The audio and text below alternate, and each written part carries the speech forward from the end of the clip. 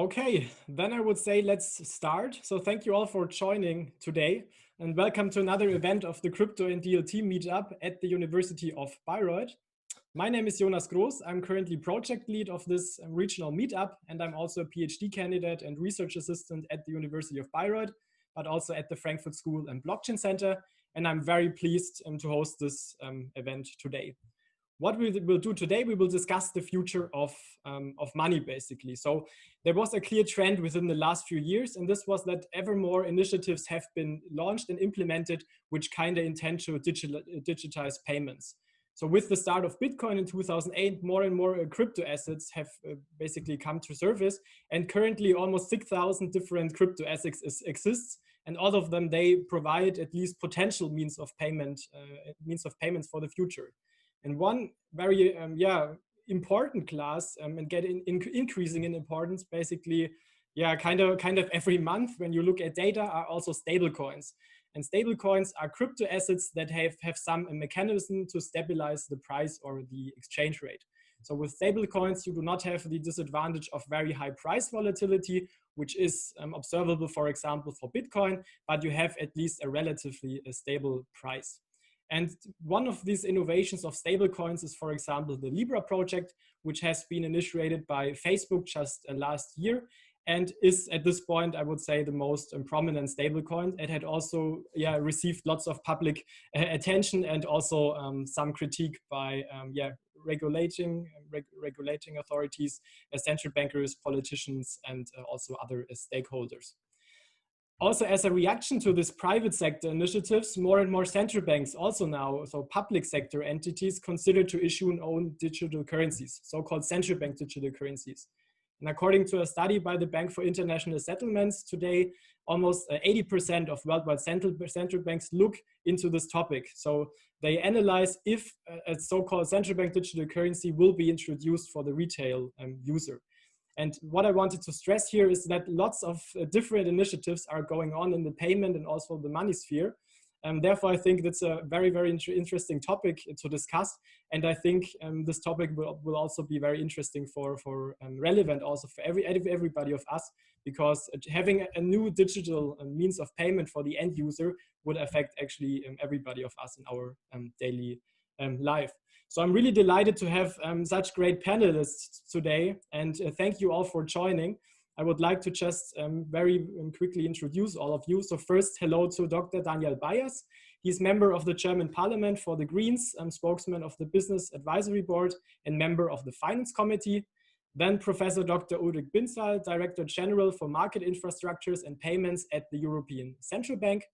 Professor Dr. Bernhard Herz, Professor for International Economics and Finance at the University of Bayreuth. And then last but not least, Ashley Lannquist, Project Lead for Blockchain and Digital Currency at the World Economic Forum's Center for the Fourth Industrial Revolution. So thanks to all of you for being here. I'm really delighted to have you on the panel, and also to have such, all of you with different backgrounds and different institutions you belong to. So I'm really looking forward to the discussion. Just one last hint before we go into the discussion is the topic of questions. So we will, after the talk, also have the possibility to ask questions for the audience. And I just briefly want to show you how. I hope you should see my screen now. If you insert www.sly.do or also slido.com, then you see this pretty nice looking website. And what you can do here, you can enter the code of our event, which I just sent in the chat, which is 47351. Then you can click on join an existing event, and then a nice website appears where you can ask your personal question, okay? So for us, this is a quite efficient tool to handle questions. So if you have questions, please use Slido and not the chat. And also, please, if you have a question to one specific panelist, please also state the panelists, of course, because if you don't, then we will, of course, ask this question to the whole round of experts. Right, perfect. So then I would start with this discussion. And first of all, what I wanted to do is I want to show you the status quo. So I found a pretty nice paper by the ECB about the payment behavior of households in the euro area. And here what one could basically see is that 79% of all transactions rated by the number is conducted with cash, so with a form of central bank money, and 19% with credit cards, and just 2% with mobile payment solutions. So what you basically see here is that cash is still the predominant means of payment in the euro area, and credit cards are also quite important, and mobile payments, I mean, they are quite small, but are increasing in importance. And what I wanted to ask you first is, how do you basically think that, so all of you, so the whole audience, how do you think that we will pay in 10 years? So if you might have a guess for the future and go to a grocery store maybe, so a point of sale in 2030, how do you think we would pay? Would we pay with cash, with credit card, maybe with mobile payments, by a central bank infrastructure, by a CBDC, or maybe also a payment solution by the banking sector? So for example, Pay Direct, or maybe another stable coin, maybe Bitcoin, or also some initiatives from the tech sector as Google Pay. So I would just for a second, you should now see the poll on your screen. I would ask you to just very briefly select, what do you think how the payment landscape will change? And what do you think will be the main important means of payments at the point of sale in about 10 years? So just to see also what the audience views on these topics here is. Maybe I just give 30 more seconds to answer this, and then we can directly go into the discussion.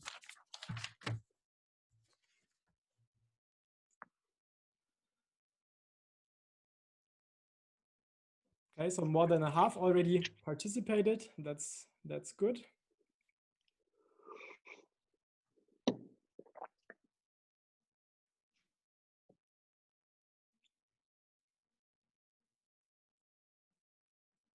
Okay, great. So yeah, that's for me. That's really interesting. So that yeah, credit cards might increase according to the audience. Also, some people might pay with normal crypto assets, but this is just, of course, a minority with 10%. Also, stable coins. Then payment solutions from the banking sector might get very relevant with approximately 40%. But also CBDC appear here. And most of all, for me personally, at least surprising, is that also payment solution from the tech sector. So such as Google Pay, Apple Pay, or maybe Facebook Pay. Yeah. So thank you all for participating on the survey. And now I would hand over to the expert to just very briefly, maybe in 1 to 2 minutes, explain what your pictures are for the future. So how did you actually answer this poll? What do you think, how we will pay in 2030?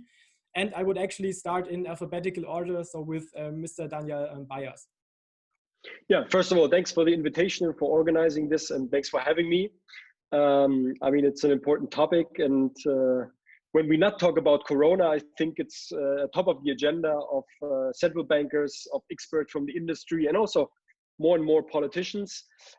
So it depends. Is the question, how do I pay myself, or what about the society? So, I mean, 10 years, to be honest, if we look back 10 years, it's when Lehman has happened. I mean, of course, since then, the political cycle is huge, but the change in paying behavior wasn't that massive. But the upcoming 10 years, I expect, of course, that we will pay more on less cash and more in digital ways. I think it's also important to mention merchants and traders, where we see a massive shift towards digital payments. But I asked myself 2 questions on this, because you asked for the euro area.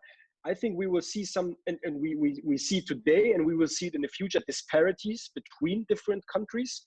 I always tell the anecdote that I came back from a trip in Sweden, and I was somewhere in the middle of nowhere, and there was a tiny bakery, and they accepted anything but no cash.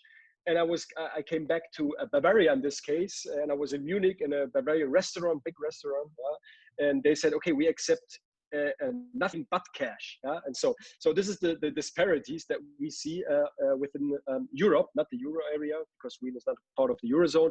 But I think we will still see some disparities within different countries, and Germany is not that much on the forefront, but it's more behind the curve when it comes to behind the wave when it comes to digital payments. And the second question, and that's also something that we will discuss definitely today, is how do we pay when we pay on a digital way?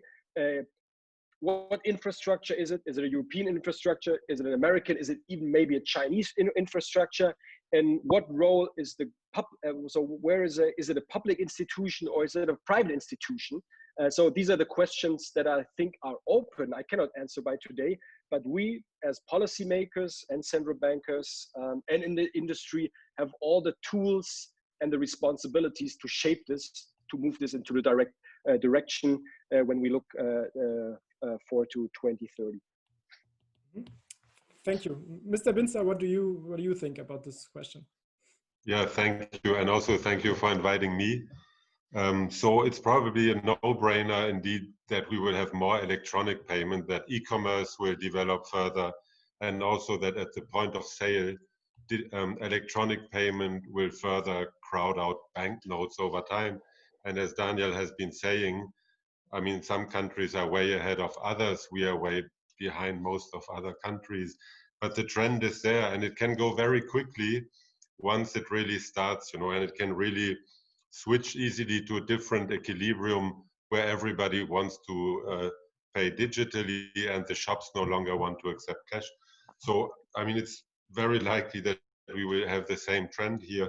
And what is less clear, and I would say almost unpredictable, is what will be the underlying, let's say, means of settlement. I think it's clear we will pay more electronically and more with mobile payments at the point of sale, because it's very convenient for authentication. I mean, biometrics is really a game changer, makes mobile payments so convenient.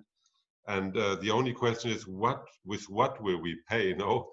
So the questions, you know, distinguish between on one side, you know, Google Pay or Apple Pay and credit cards, but of course, linked credit cards are underlying solutions also of Apple Pay. So, and CBDC, if we would have CBDC, again, you know, it could be in some wallet, could even be, you know, if that's fine for central banks, it could be distributed both by, you know, Apple Pay, Google Pay, and other means, and the banks, you know. So there's really a lot of different combinations you can imagine. And that, I would say, is difficult to predict. You know, what will be the market share of credit cards? What will be the market share of CBDC, if any? And what will be the market share maybe of stable coins? That is difficult to predict, I would say. But I see us all paying with mobile phones at the point of sale. That's certain, I think. Thanks. Good. Thank you. Mr. Herz, what's your opinion about this? Well, Jonas, thank you for having me, and well, thank you for this question, which is kind of difficult to answer because Ulrich and Daniel already said basically. Ulrich called it even a no-brainer. Like the two others, I would expect that we have a trend to more digital payment, obviously. So I would like to kind of change the question and rather answer the question, what do I hope for? And I hope for that in 10 years' time, we pay in a competitive and innovative payment system, that we have that we pay in a very more convenient way, and in particular, that we use a payment system that is more inclusive. So we don't have this problem of people being unbanked or underbanked. I think there's a lot of policy issues we have to that have to be solved. I hope that transaction costs will be lower, not only for us as customers, but also for the merchants. And I hope in particular that it's going to be that we are paying in a secure way, because now we see this wave of new means of payment, and obviously there has been a lot of investment in security, but the question will be how will this develop, because that's basically the other side of the game, they kind of invest more. So we will see how this race between the good guys and the bad guys, how this will end. Ms. Lannquist, what do you think? Thanks, Jonas, for having me here. Hi, everyone. I agree with the preceding remarks, particularly that we'll have mostly card payments and mobile payments, and there will be this trend towards digitization of payments and probably some decline in the use of cash. With respect to whether we're using stable coins or cryptocurrencies, I don't think personally those will be very prevalently used in the future. I think we'll be discussing that later in this panel. In terms of CBDC in the Euro area and in developed economies around the world, I think that somewhat depends on the decline in cash. If we look at the speech made by Mr.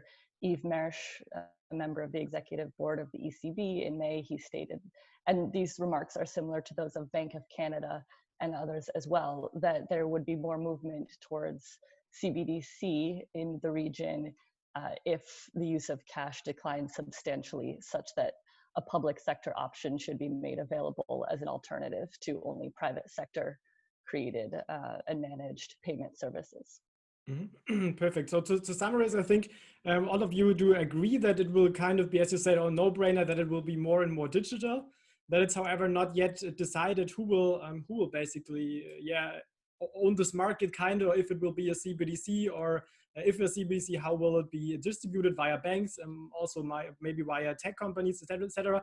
What I really like was also the analogy you, Bernhard, made when you said like how you would see the system. So being more competitive, being more inclusive, being more secure, having lower transaction costs. I also totally agree with that.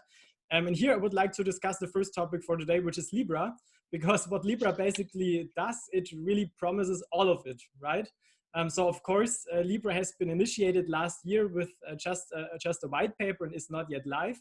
But at least if we believe the association, this is exactly what the Libra Association wants to do. So therefore, I'm really curious about what do you think about the Libra project, and maybe start with you, Bernhard, because you also mentioned this aspect of having a more inclusive payment system. What your stance on this Facebook-led initiative basically is. You're still muted. Basically, I think this is a very interesting project, but I think we have to make like when evaluating Libra, it makes a big difference whether you have an industrialized country perspective or emerging market, developing country perspective. For industrialized countries, I don't really see the big change coming with Libra, because there are so many very viable competitors already, and my guess is that the banking system, which provides the alternatives, is not a sitting duck. With Libra developing, they will come up with even better payment systems and interesting features. So I don't see Libra as the big thing in developing in industrialized countries. I think it's a much more interesting project for emerging markets and developing countries, or countries in general that have weak currencies, because there it could be an interesting private alternative to a weak public currency. In particular also for international payments, when you think of remittances, this outrageous fees people have to pay for remittances, Libra could make a big difference and improve payment system. Maybe a final point, if Libra is really that becoming that popular in emerging markets or developing countries, it could also put a lot of pressure on public entities and central banks to provide a better, more stable currency. Mm-hmm. Are there some other views on Libra as well? I suppose I'll jump in. By the way, I thought recent remarks made by Dr. Barry Eichengreen at Berkeley on Libra were very interesting in this regard. I encourage you to look those up as well in the audience. I think it's important to consider what the user's perspective here is, and maybe if we're talking about developing economies, as Dr. Herz said, what is the advantage that they receive? If Libra doesn't have a stable coin issued for their economy, then they're going to face that foreign exchange risk by holding a basket-based Libra token. And so maybe they like that if they're suffering in their economy from inflation problems, but there is that high exposure to FX changes. And there was actually a paper released recently by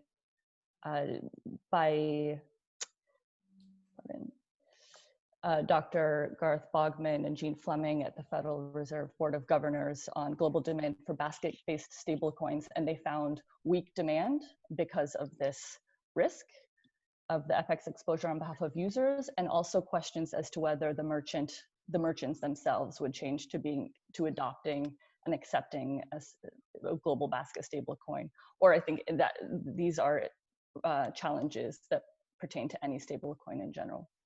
Mm-hmm. Yes, maybe I jump in for political perspective. I mean, first of all, me personally and many other of my colleagues are very open-minded for stable coins to be introduced in our economy, in the retail business, but also especially in the wholesale business. So, for example, I'm from Baden-Württemberg, down south, the economic powerhouse of car manufacturing, of our industry, chemistry industry, and so on.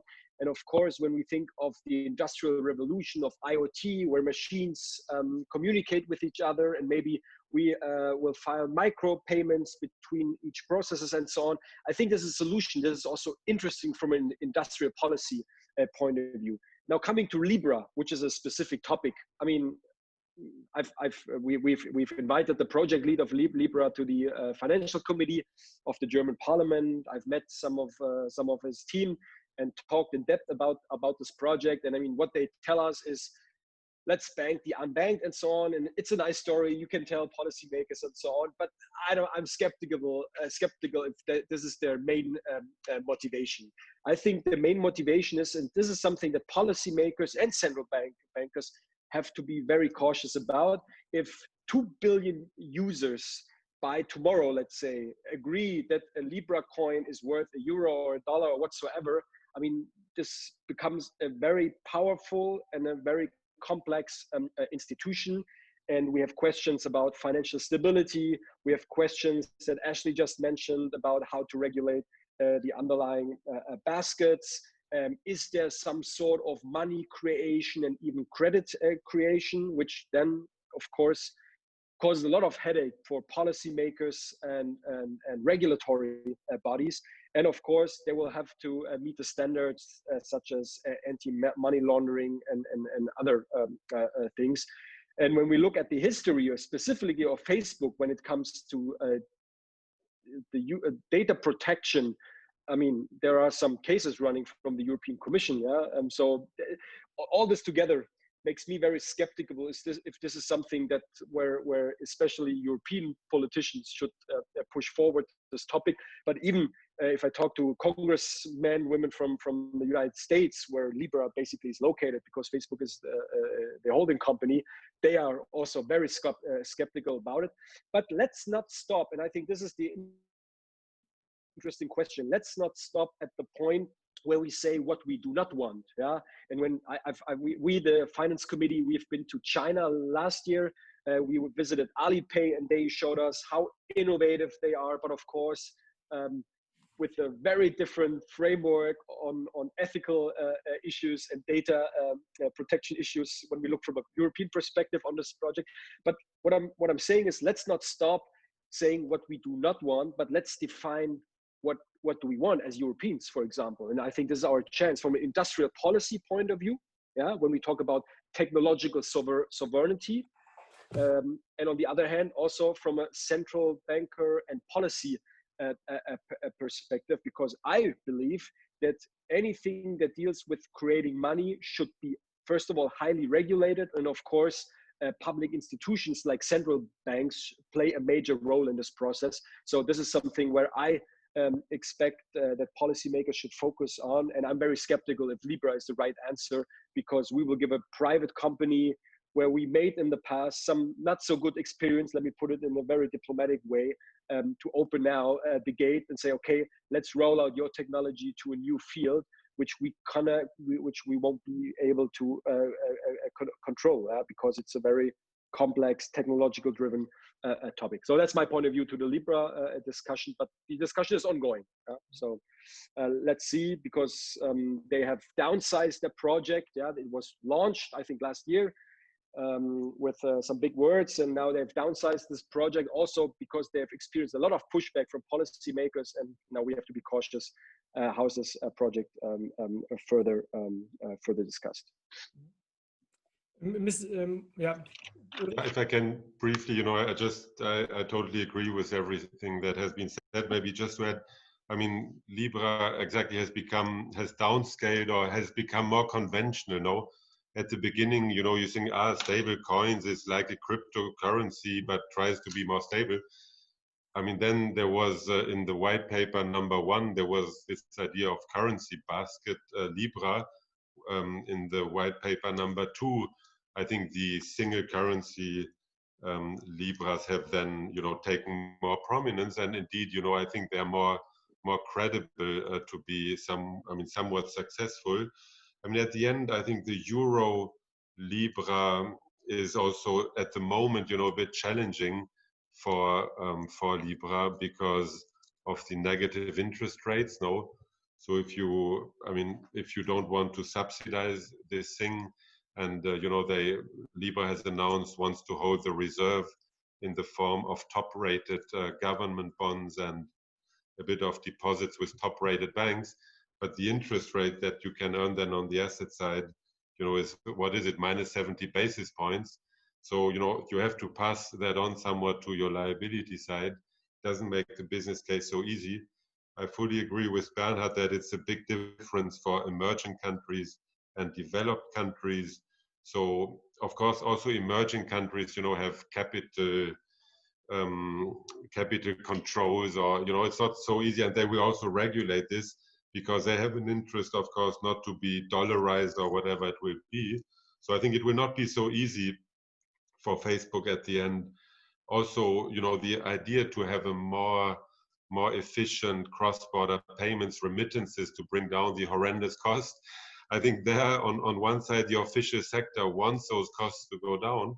On the other side, the official sector has somewhat contributed to high costs because of, AML, CTF regulation and very high fines. No, so some banks paid horrendous fines for not, getting this right.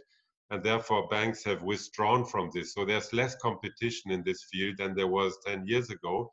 And less competition means, of course, more rents that you can grab.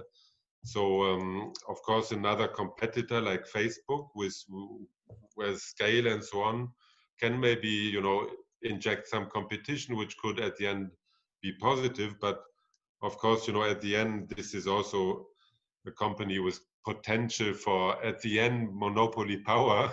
And then let's see, how much the improvements really are then for the consumers in third world countries, the remittances payers.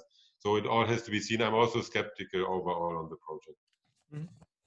Okay, thank you. And some central banks also, after Libra has been announced, they also mentioned that they are now more looking into the field of also issuing their own digital currency, so a central bank digital currency. So at least for some central banks, Libra was also a trigger that more manpower is now put into central bank digital currencies. And as I mentioned in the beginning, about 80% of worldwide central banks is currently looking into this topic. So it looks like that more and more resources are put there, and that also CBDC are coming to the surface. So at this point there is no retail CBDC introduced yet, but lots of central banks are analyzing it. And here, Ulrich, I would also like to address this to you. So actually ask where the ECB stands with respect to a central bank digital currency. So a digital currency basically available for the end user. And if you at this point even see a benefit of introducing such a digital currency for the euro area. Mm-hmm. Yeah, I mean, we are working. There's currently a working group, a Eurosystem working group, working on it, preparing a report that was announced by our president in December, and this report should come out sometimes in the next months, and will give a bit an updated official view of the Eurosystem on CBDC. And I mean, the last clear official signal on that was, apart from the speeches that Ashley has referred to, there was a 3-pager which is on the ECB website, which says, if I may summarize, and again, that's consistent with what Ashley has said, that currently there's not such an obvious business case for CBDC, but looking forward, there could be some scenarios where there could be a case. And the scenarios relate to the usage of banknotes, of cash, of central bank money in the form of banknotes. And it also relates maybe to the ability or inability of the European industry to also get their acts together and to have payment solutions under European governance, which have a sufficient market share somehow. I mean, if you look at the last 10 years, there was a gradual, growing success of international providers. So credit cards, US credit cards have further extended their reach. Then you have, wallet providers, also American firms. Then you have PayPal in e-commerce, So European industry, loses more and more terrain. And with Libra, this could even be accelerated if it's a success. So another point which was made in this short note of DCB was that if the European industry doesn't get their acts together to maintain a significant market share under European governance, that could also be a reason to issue CBDC. Because at the end, payment is of strategic importance, it's of key importance for the citizens. And foreign companies, it's good for competition to have them. But if they have such a dominant market power, they are not supposed to have the interests of European citizens in mind, but their shareholders. And it's a network industry with, oligopolistic structures at the end. So that's another scenario to issue CBDC, to be sure that the European citizen has access to, let's say, a sovereign money which is designed to meet the interests of the citizens. Yeah. So those are the two scenarios. And of course, they have not materialized really. We had a positive announcement of the European Payments Initiative, which is a group of European banks to come up with a European payment solution. That was last week or 2 weeks ago. So, okay, to be seen, yeah. But of course, we have to prepare. We cannot wait that scenarios materialize, and therefore we are working on it. We also start experimenting on it. So far, it's more internal micro experiments, I would say. But that probably will be upscaled over time, and more will be announced when this report will be published. Yeah. Mm-hmm. Thank you. And Ashley, since you're also an expert in the CBDC field, as far as I know, there are also some central banks which say now it's kind of the time to issue a CBDC, also as cash, for example, has lost in importance. Can you maybe explain who's probably like pioneering today about such a retail central bank digital currency? Yeah, sure. If we think about technology experimentation and pilots, the pilots that are noteworthy, some of those underway right now include research POCs and pilots from Sweden, from South Africa, from, of course, the China People's Bank of China's DCEP pilot project, as well as work in the Eastern Caribbean Monetary Union. It's a monetary union of 8 Caribbean countries that are dollarized, in the Bahamas and in Uruguay. And so those are the technical research underway and experimentation. And it's important to note that I don't believe in any of these cases they have decided to proceed with issuing a CBDC. And in general, I don't think there are any developed economies who have decided yet that yes, they would. And then some economies who have researched and decided against include Denmark, Israel, New Zealand, at least according to the papers that I'm aware of from the past, where they've written about this research study and the conclusions. And then I also wanted to mention there's a lot of excellent research in terms of reports underway where the technology experiment might not be happening, but there's a lot of the economic research being conducted. And there's excellent work there being done by the Monetary Authority of Singapore. They just yesterday released phase 5 of a big project on CBDC research. And they may have done some technical experimentation there as well. I haven't read the report yet. And work from the Bank of England and the Bank of Japan and the ECB, including multiple excellent reports from Dr. Bindseil. So there's a lot of this research publication underway at developed economy central banks, and a lot of experimentation underway in the developing economy and in some developed economies as well. I did want to point out that that we should all remember that Ecuador did have a substantial CBDC retail pilot from 2015 to 2017. It was a token-based retail CBDC introduced by the central bank using mobile phones. It was called Dinero Electrónico, but the program closed in 2018 due to low adoption.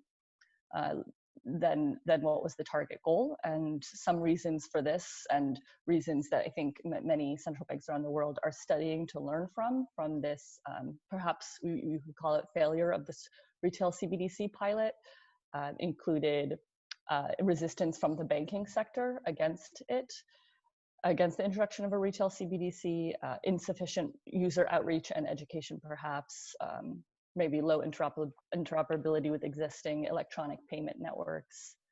So that's a quick snapshot of activity underway now and in the past. And I suppose finally, to echo statements throughout this talk, more than 80%, it does seem central banks are researching and following the space very much. And that also includes the US Federal Reserve as well, and continuing to conduct a lot of research and following the space.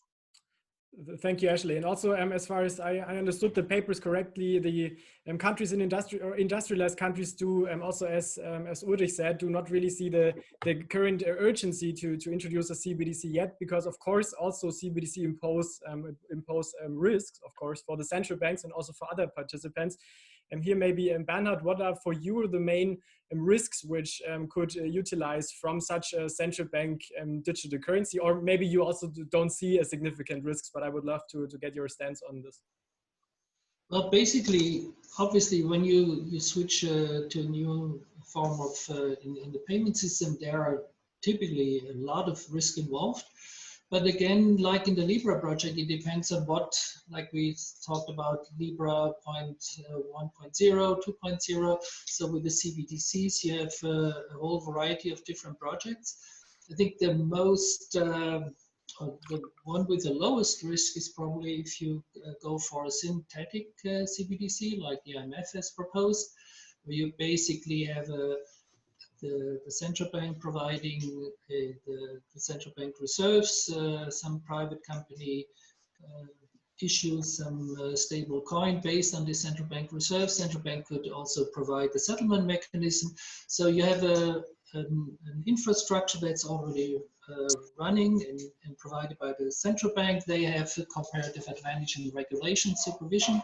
So I would think this is a way to kind of mimic a token-based CBDC, and there are still a lot of problems to be solved in regulation issues, in supervision, but this would be probably a relatively easy way to go for a CBDC type financial instrument. I think it's much more, I see many more problems when you go for a CBDC that's actually run by the central bank, starting with technology, where you have a central bank are not built for having like a lot of contact with retailers. They're more into the business with commercial banks. So there's this technology question, and in this sort of business, you have basically one shot, and there's a lot of reputation involved you could lose. And so I think it's very important that central banks do a lot of experimentation. And as Ashley has pointed out, there's a lot of research going on. I think central banks should really take it easy to kind of get a feeling what all the things that could go wrong, because right now we have a lot of interesting alternatives, and if you go for the big one, then you should be really sure that things go okay. Mm-hmm. Perfect. Thank you a lot. And maybe the last question about CBDC to Danyal. What do you think is the role of the of politics in this setup with respect to CBDC? And do you also see a way from the ECB and politics, basically also the German one, of course, to cooperate in this space? Yeah, thank you for this question. Maybe one step back, also commenting on what I've heard earlier. First of all, I would agree there is no urgency in terms of this needs to be happening in the coming months or so. I mean, Germany is leading the European Council. And so this is also a framework where you can push forward a topic like this, but it's more a discussion. So we won't come up with something saying, okay, we will introduce a CBDC by day X or so. But on the other hand, I feel there is some pressure, because I think I see there is a vacuum, and the question is, who is filling up this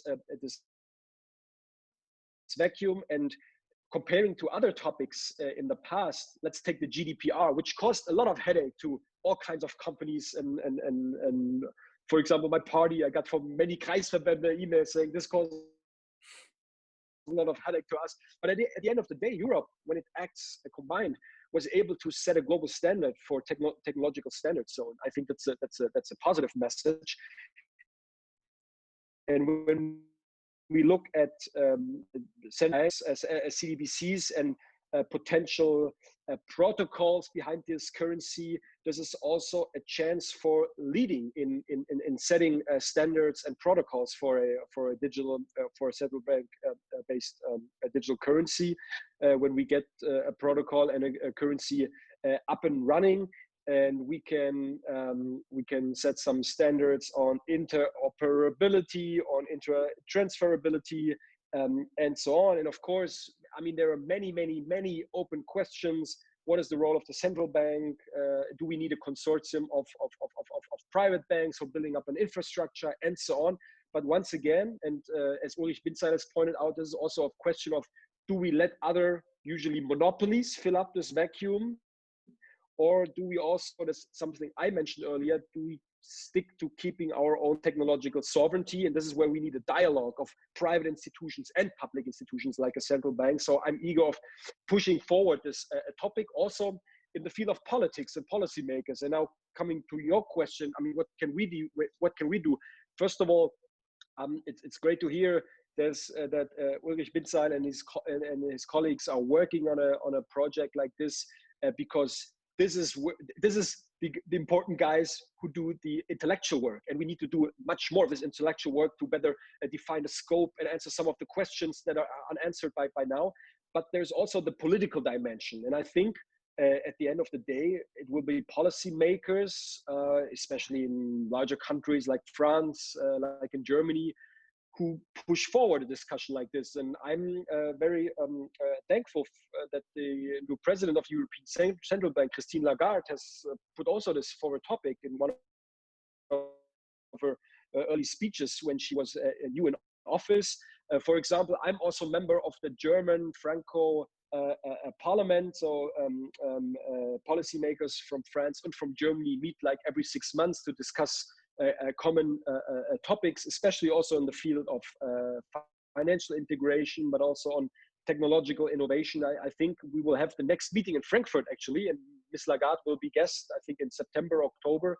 And maybe this is also a topic where policymakers on the national level can exchange ideas and push forward this topic. But then at the end of the day, of course, it is something that we will discuss further in the European landscape. At the end of the day, we need the level of G20, where major economies and governments together with their central bank counterparts discuss this topic. But I see is also in my party, also when I talk to colleagues in the German Bundestag about on all parties, they are gaining interest in this topic, and it sort of moves from a nerd sort of topic more to a main policy field topic, and I think this is the way we need to go forward on this. Mm-hmm. Perfect. So this was really a great final statement of CBDC. So maybe to sum up about the consensus. So I think there was consensus in the panel that basically there is no really urgency at this point to introduce a CBDC, and that really there should like happen a few more things in parallel. And of course, education, then also doing research. That also what Bernhard says, that you can really be sure that nothing is messed up basically, so that the risks are mitigated. And as Danyal said, in the end, there's of course also a political component that this has actually been to be driven by also some larger countries and also G20 to go on a global agenda. Great. So before we come to the questions, which I also promised, I would just have one last question to all of you. Maybe just a comment from you as like a final statement. Is basically this relates to the questions in the beginning. But do you think that if we maybe talk about now the next 20 years, of course, it's again speculation, but do you actually think that cash will really disappear? Or do you think that also cash will kind of survive and maybe has a lower market share, but will still be used in the euro area? I would like to get your opinion on this one, and then we go to the Q&A.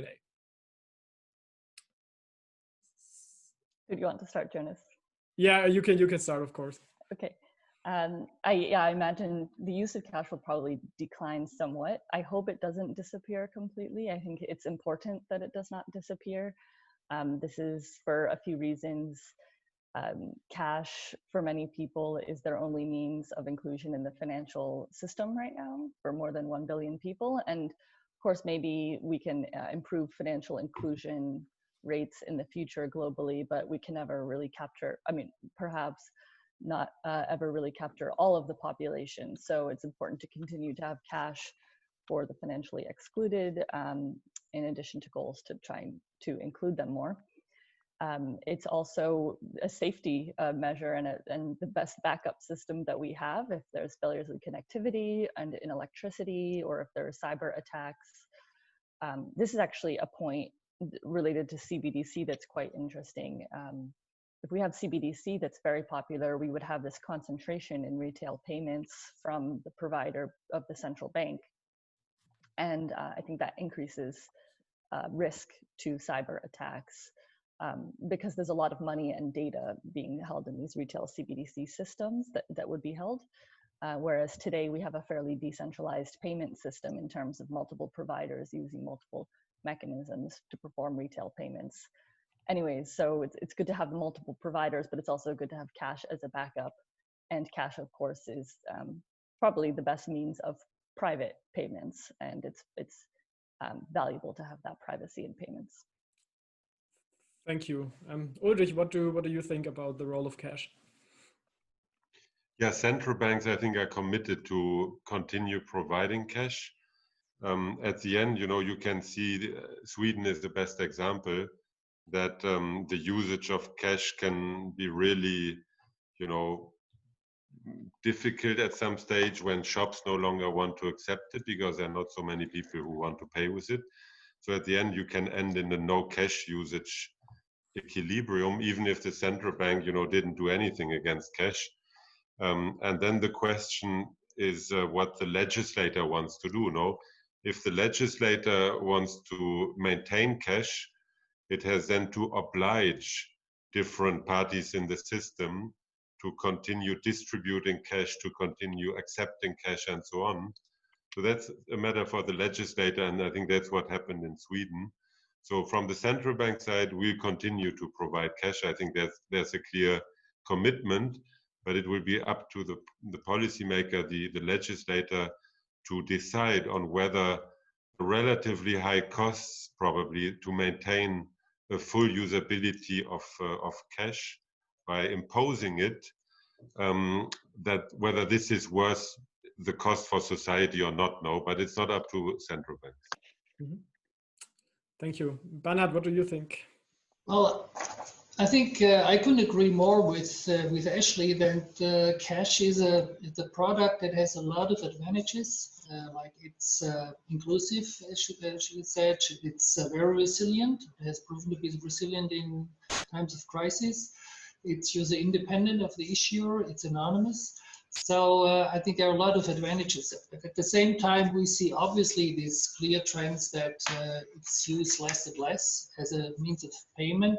Interestingly, it's used more and more as a means of a store of value. So there is this, we basically talk about payments, but there's also this dimension of a store of value. And obviously a lot of people don't trust the banking system, but they trust the central banks, and that's why they go for cash.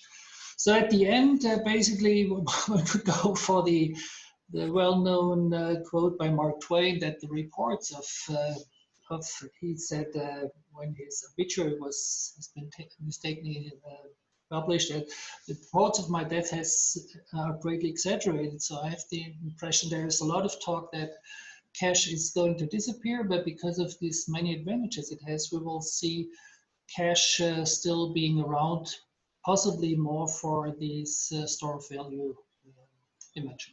Mm-hmm. Perfect. And then last but not least, Danyal. Maybe let's start with a quick anecdote. And this anecdote is actually sort of funny, but at the end it's not funny, it's ironic. We have the topic of Wirecard at our desk in the German Bundestag currently, asking a lot of questions also to the government and to the financial regulatory body of the BaFin, which, because it's a mess and we still have a lot of questions. And now it turns out that one of the members of the board, he's lost somewhere. We don't know, we lost track of him. He was the main driver of making this company big, which is strong in electronic payments. But himself, obviously, he was using cash all over. He never used a credit card or so, yeah? Which is ironic, sort of. And so coming back to the question of cash and the usage, I mean, of course, Libra is interested in pushing their business model because they are interested in using the data. And the government, let's be honest on this, let's face it, they are also interested in declining the usage of cash, especially when it comes to criminal activities, money laundering, and so on. And so the question is, how do we find cash? Is cash only paper-based, yeah, the euro note that as we know it, or can there be also a sort of cash that is available on a device like that, but still has so to say leaves no data or no paper trail, and gives you a sort of a freedom. And this is maybe a way we want to go forward. And that's also something where I look at CDBC as a potential solution. Of course, we can limit the size because, I mean, of course, this is more for daily usage if you want to pay for your visit at the restaurant or your hotel, but not larger amounts. So we can talk about the cap on that and so on. But I think this is a discussion we need to go further. How do we transfer the ability of or the criteria of cash? What is cash? Meaning flexible anonymous payments to the digital world. I think this is more something where we could put more intellectual ideas into it, because I think, of course, we will see a massive rise in electronic and digital payments. But the question, once again, is on what infrastructure, on what underlying technology. And this is, I think, where we still need to exchange some of the ideas. Perfect. So thank you very much. This is also really nice final statement. So yeah, thanks for this great discussion to all four of you. I found it very, very interesting. And as promised, I would also have now, at least if it's fine with you, 30 minutes for Q&A from the audience, which also might have some questions. So I will again share my screen here. You should now see my screen. So again, if you have any questions, please go to slido.com and insert the code here again. So it's 47351. And as soon as you have done this, then you can directly ask questions. I have here like the moderator view, so I just see the questions which have been asked. So what I would also like to do is when you basically when you basically have a question, you're also very welcome to upvote the questions. So if I scroll down, and we actually have lots of questions. So please also take just 30 minutes to upvote the questions you find most interesting, because I think this is a very great way to have like a democratic choice about which questions will be tackled the next 30 minutes. So it would be great if you could upvote the questions in case you like the questions. Okay, while most of the people still upvote the question, I would just start with the first one, which is to everybody. I'm choosing 3 out of 4 possible dimensions for a digital euro. What would be a great deal for Europe? Accessibility, costs for transaction, privacy, and speed. So yeah, I would also forward this question to the whole panel about which dimensions are basically desirable for a digital euro or a CBDC from your perspective.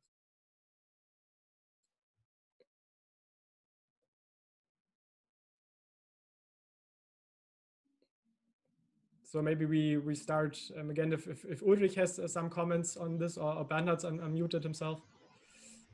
Shall I start? Yeah.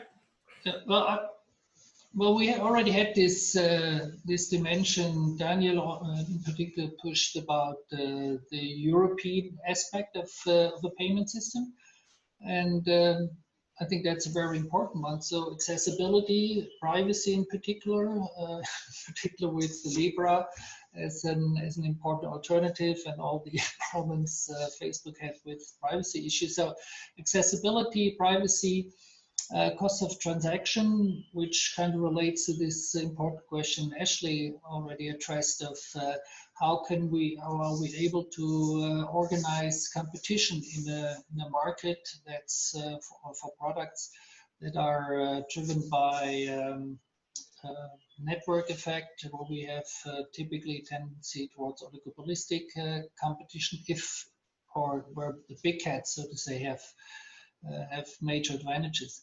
So this European part seems to me, this European perspective seems to be very important. Speed, not really nowadays. Even as a retail customer with a regular account, I can have real-time transfers without extra costs. So I don't think that's an important issue. Mm-hmm.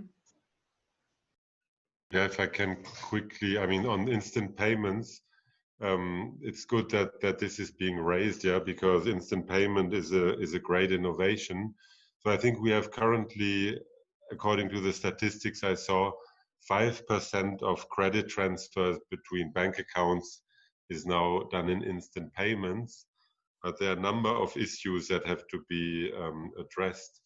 And one issue is the pan-European reach of instant payments. So currently different banks are on different clearing houses, and there has to be an interoperability solution. And the ECB is also working on that and will contribute to find a solution for that. And then another problem is that there's no easy front-end solution yet for instant payments. So, you know, if you go to a shop, you have all sorts of convenient electronic payment means, but there's none, you know, based on instant payment yet. And that's one of the major, hopefully, contributions of the EPI initiative, the European Payment Initiative of Banks, to offer a front-end retail payment solution based on instant payments, which will then, you know, lead to more pickup. So ECB believes instant payment has a great potential to play a role on in retail payments and point of sales payments. Mm-hmm. Yep. Perfect. Thank you. Then the next question is also for you, Ulrich, is concerning the strategic importance of payments. How will providers like PayPal have to adapt to their new, more competitive environment? Okay, I'm not the CEO of PayPal, so it's not my problem really. But okay, like every, you know, it's if new competitors come in, you have to find ways to maintain your market share. But PayPal had no difficulties with that. No, it was a company consistently gaining market share over the last years, so I'm not so worried about them. Mm-hmm. Thank you. Now a question again to all of the panel, and this is about Bitcoin. I think also very interesting question. And Bitcoin has been mentioned barely at this panel. Do you see any future for Bitcoin as a means of payment or as a store of value? Do you have any thoughts on that? I can quickly jump in. I think people will probably continue to use it. In particular, if they perhaps would like private transactions, although more and more the privacy aspects of Bitcoin are being challenged as it's possible to do forensic analysis on transactions. So people who conduct some activities it could be traced back to them. So I'm not really sure how much Bitcoin will be used in the future. I wanted to mention one quite funny, eye-popping statistic that relates to the anonymous question at the bottom about technological advantages and disadvantages of digital money. And I would love to also go into detail about the pros and cons of blockchain-based CBDC, if we would like to get into that, which I think is part of this question. But there was this incredible back of the envelope thought experiment done in a paper from the Bank of Canada in 2019. The paper was called Crypto Money, a Perspective of a Couple Canadian Central Bankers. And it was a great paper. And they made some quick assumptions of how much electricity would be needed to have all of Canadian payments, retail and wholesale, I believe, settled on a proof of work blockchain network. And they took as assumptions the parameters of the Bitcoin network in terms of the energy consumption and proof of work mechanism. And they found that to settle Canadian payments, 270 Bitcoin blockchain networks would be required because of the low scalability of the Bitcoin network to handle transactions right now, about 7 transactions per second. So we would need 270 blockchain networks to handle Canadian retail payments and wholesale. And this would also imply 26 times the current annual power consumption of Canada. So that was quite interesting. It's quite a lot. Yeah, thanks for answering this. So yeah, as for all the questions, if some other panelists want to add something, then just quick in, and otherwise I continue with the next question. How do you see the chances of the European Payments Initiative, EPI? Why would it fly this time? What are the benefits of the key stakeholders, etc.? I think this goes to Ulrich's direction again, I would say. Yeah, I mean, that's a question of experts on this topic, I see. Yeah, the business model of EPI is yeah, that's the decision of the banks. I mean, to see how it flies. But I would say it has potential to fly because for the first time, all those banks have got their acts together, and the banks have a strong incentive to stay in the business, and they can reach scale here. I mean, retail payments is a big industry. There are estimates that 1% or more than 1% of GDP go into retail payments. So there's big money here, and the banks don't want to continue losing market share. They can also deploy something based on instant payments. So really a more maybe efficient technology in the medium to long term than kind of credit card-based mechanisms. So I think there's a possibility that this works, and I have no doubt that the banks are now committed, and I can only encourage them to spend the effort and to get their acts together. It's of course difficult to migrate from all those different national systems to a common one. It's a big investment. But if this investment works, okay, then you are back in the business and you can offer value added for clients, and you can also, be part of this, I would say, 1% of GDP that retail payments at the end generate. Mm-hmm. Thank you. The next question is for Danyal, and it says, do you think Germany has a sufficient technological infrastructure for digital payments, specifically with respect to sufficient mobile internet connection? I guess it's a cynical question or an ironic question, but no, on a serious note. I mean, first of all, I'm very open-minded to an government motivated industrial policy strategy. But in the end, I'm aware the government is not the better entrepreneur. Innovation needs to come from entrepreneurs, from corporates, big corporates, smaller, medium-sized corporate startups, and so on. And the role of the state and the role of the government, first of all, is to provide the necessary infrastructure, also the technical infrastructure. And let's take the current discussion about the German education system in this Corona pandemic, where we see ourselves as a high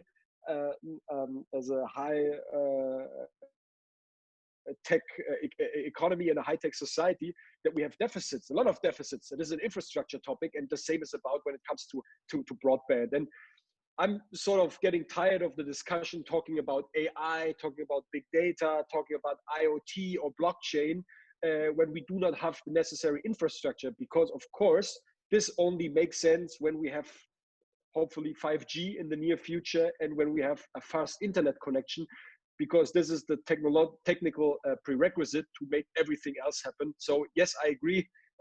We need to move forward on this. And I think I'm sort of, and I don't want to go into party politics now, but we have a big stimulus package to fight this Corona crisis, 130 billion euros for all kinds of topics, lowering the value-added tax for 6 months and so on.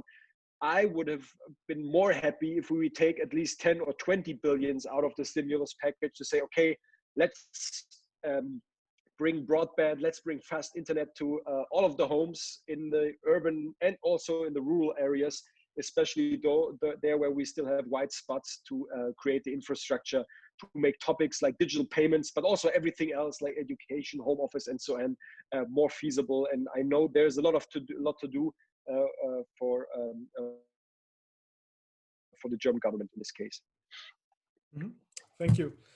Then we have another question to all. What do you see as the biggest advantage, disadvantage of cash and digital money? I think we discussed cash already a lot, that it's like privacy, financial inclusion. I think you mentioned lots of it. Maybe go to the second part, like digital money, or let's say CBDC, maybe in this context. What do you see like the key benefits also a CBDC could provide, maybe as compared to cash, or is there at least any benefit? Maybe again to all of you.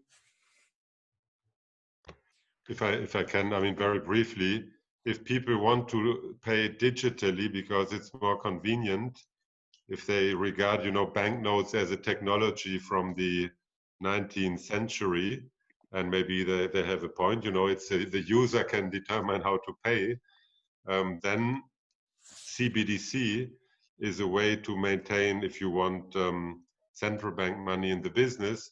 And central bank money has some advantages. I mean, it is a risk-free money. It is designed to serve the citizens' interest. So it can, it can provide a minimum service to customers instead of letting this market completely, to international corporates. So, you offer minimum service to citizens, if cash usage is disappearing. I mean, that's one of the scenarios under which CBDC clearly makes sense. Mm-hmm. Perfect.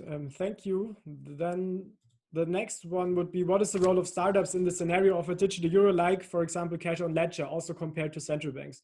And maybe one step back, I'm not sure if everybody knows what a cash on ledger is doing. So this is basically a startup and uses kind of tokenizes current commercial bank money. So what they do is they take commercial bank money and back it 100% and bring it then on a blockchain system to kind of have such a programmable digital euro, what is often referred to. And here the question is, what is the role of these startups in this context? I think this question could also fit to Danyal, because you also mentioned like an aspect with respect to the industry, so maybe also addressing this programmability aspect. I'm not sure, but maybe you could go on this question. I think they do play an important role, and I met some of them And I think that we have an innovative, also fintech ecosystem in Germany, and I think they play a major role in driving forward these topics. And of course, cash on ledger is an easy to build bridge, let me put it this way, to transfer money to the digital world, so to say. So I think I'm very positive up to them. I'm skeptical. I also hear the view of others in this round. If once we get to a certain level where we really have piles of cash and transfer them via a cash on ledger technology into the digital space, if this is still a feasible way, or if it's more or less like something that we say, okay, if you're talking about smaller amounts, this is something that's acceptable. But what happens if this becomes like more major? I'm still skeptical, but not because I would say this doesn't work, but maybe because I don't have all the answers to that. But I'd like to hear other opinions on that. Mm-hmm. Thank you. And then we also have a question I also wanted to address in the panel. We did not have time, but now I can bring it up. And Ashley also referred to this one. So this is basically about technology. So as you know, also like more, as I stressed in the beginning, more and more digital payment innovations have come into play, and most of them, or lots of them, are based on blockchain technology and distributed ledger technology. And here, of course, I think a fair question is, should a CBDC also be based on such a distributed ledger technology? And therefore, I would ask this question, as in the question here, also maybe first to Ashley and then also to Ulrich, since it's also addressed to you. Yeah, thanks. This is an important question, and I really try hard to follow all of these arguments and compile the opportunities and limitations and downsides of a blockchain-based CBDC. So quickly, in this type of situation, the central bank would still fully control the issuance of the CBDC, but it could delegate transaction approval in terms of the spending of the currency to a decentralized network of different participants, most likely financial institutions, or perhaps if it's a monetary union with other central banks, it could be multiple central banks. So there are 4 or 5 opportunities and downsides. I'll very quickly go into it, and this is what I gather. Others may have other views. We have this opportunity first to bypass the central bank or to validate transactions. This could alleviate operational or technical frictions where they exist, such as operating hour limitations, if it's difficult to resolve those directly, such as just expanding operating hours. We have a potential for lower implementation cost and faster deployment, as a DLT network could be set up quickly and support multiple third parties acting as nodes, where you don't have to rely on the central bank to develop a sophisticated system itself. I think we saw this in the case of the Cambodian quasi-CBDC form, POC. They developed it on a Hyperledger blockchain. We could lower interconnectivity costs for the CBDC with retail payment providers and infrastructure if the DLT network enables easier and more open API connectivity. This may support some more competition in retail payment services, and then a few more for opportunities. We could get this benefit of extreme hardware fault tolerance, where you have data stored in multiple nodes, could be a few or a few hundred, and if any of them get taken out, then you would still have that data redundancy, and we have continuous syncing across all of them. Of course, it's easy to have backup data systems, and I don't think that that kind of hardware fault tolerance or risk of hardware failure has served a significant problem in modern domestic central bank systems anyways, but we do have that potential benefit. And lastly, maybe a potential benefit of diversification, providing this alternative technology infrastructure for payments.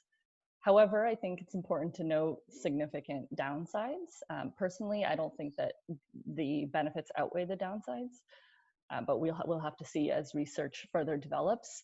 And a lot of these relate to cybersecurity and scalability. I mentioned before terrible scalability of permissionless blockchains now to handle retail CBDC. It wouldn't happen unless we have scalability solutions that succeed in the future from the blockchain space. Remember, for instance, in the Eurozone, the ECB would basically, if in whatever implementation it chooses, if it wants to create a retail CBDC, it would basically need to increase the deposit accounts that it offers from 10,000 currently to financial institutions, primarily to 300 to 500 million accounts. And so that takes a lot of infrastructure and operational challenges and would put a lot of strain, of course, if there are a large volume of payments happening from all of those accounts. And if we have a permissioned system, which all else equal could support much more scalability than a permissionless blockchain system, we have to ask certain questions like, is it possible to find an adequate number of trustworthy nodes to validate those transactions? If it's a permission system, you need to assign a little more trust in the nodes to not perform double spending activity. And I think this points to a significant risk of a blockchain-based CBDC system, whether permissioned or permissionless. There would basically be introduced a double spend risk if the central bank is delegating this transaction verification for the spending of euro or money to other parties than the central bank. We could have this people be able to spend money multiple times, or a digital counterfeiting risk, and that's pretty substantial, I think. And then my last point I'll mention is I think there's potential for high security risk and also higher security costs from a blockchain-based CBDC system, because you have greater system openness. You have the presence of multiple nodes that are maybe validating transactions, or actually maybe they're not validating transactions, maybe still the central bank only does, but they're participating in some manner. Maybe they have access to seed data, and that could increase the risk of unwanted data leaks. And basically that kind of quote unquote attack surface of vulnerability of the system is wider as there are more participants. There are also new forms of risks, new attack vectors and risks that accompany using a new technology like blockchain, which has not been battle tested over decades as existing traditional technologies have been. Mm-hmm. Perfect. Thank you also for your detailed answer here. I think, Ulrich, you wanted to add something, right? No, frankly, I don't want to add anything because it was a very comprehensive and balanced answer. And I tend to agree with the conclusions of it. Okay. Perfect. Yeah, thanks, Ashley. I think this was really a very relevant question. So also thank you for pointing this out in such a manner. Perfect. Then one question to me, which I would also then probably forward to you. So basically, is there a common definition of a CBDC? And I think that's a good and it's a good question. And also when I talk to people, it's probably the same with you, that very often people mix things up. So a few weeks ago, I heard from a commercial CBDC. It was actually like a blockchain-based commercial bank money, which I think we could agree that this is not a CBDC, because for me, a CBDC is a digital means of payment, which is issued by the central bank, as the name basically says it, and it's a claim on the central bank. And I mean, I think that's like the essential characteristic as cash, but then in a digital world for a CBDC. So yeah, I see some heads shaking, so it's good.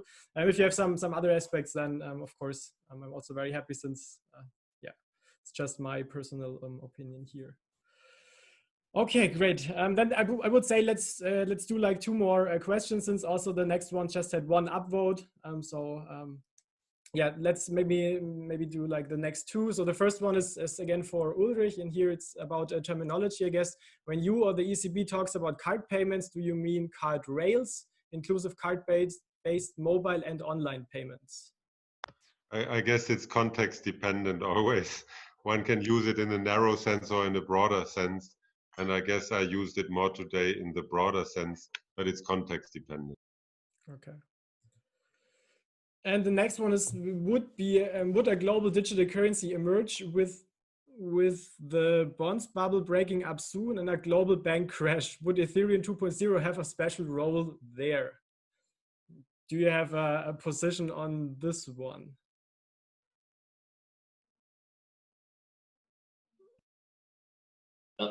Maybe in more general terms. I mean, whether there is a bond bubble, I mean, a lot of people would agree with that, probably not Ulrich, And could it lead to a global bank crash? Absolutely. There is a problem we know about this interrelation between banks and sovereign bonds and banks. Would that lead to a global digital currency? I think with all the positive and aspects and downside of a digital currency, I think I don't have the fantasy to see how such a global digital currency could emerge in such a short time.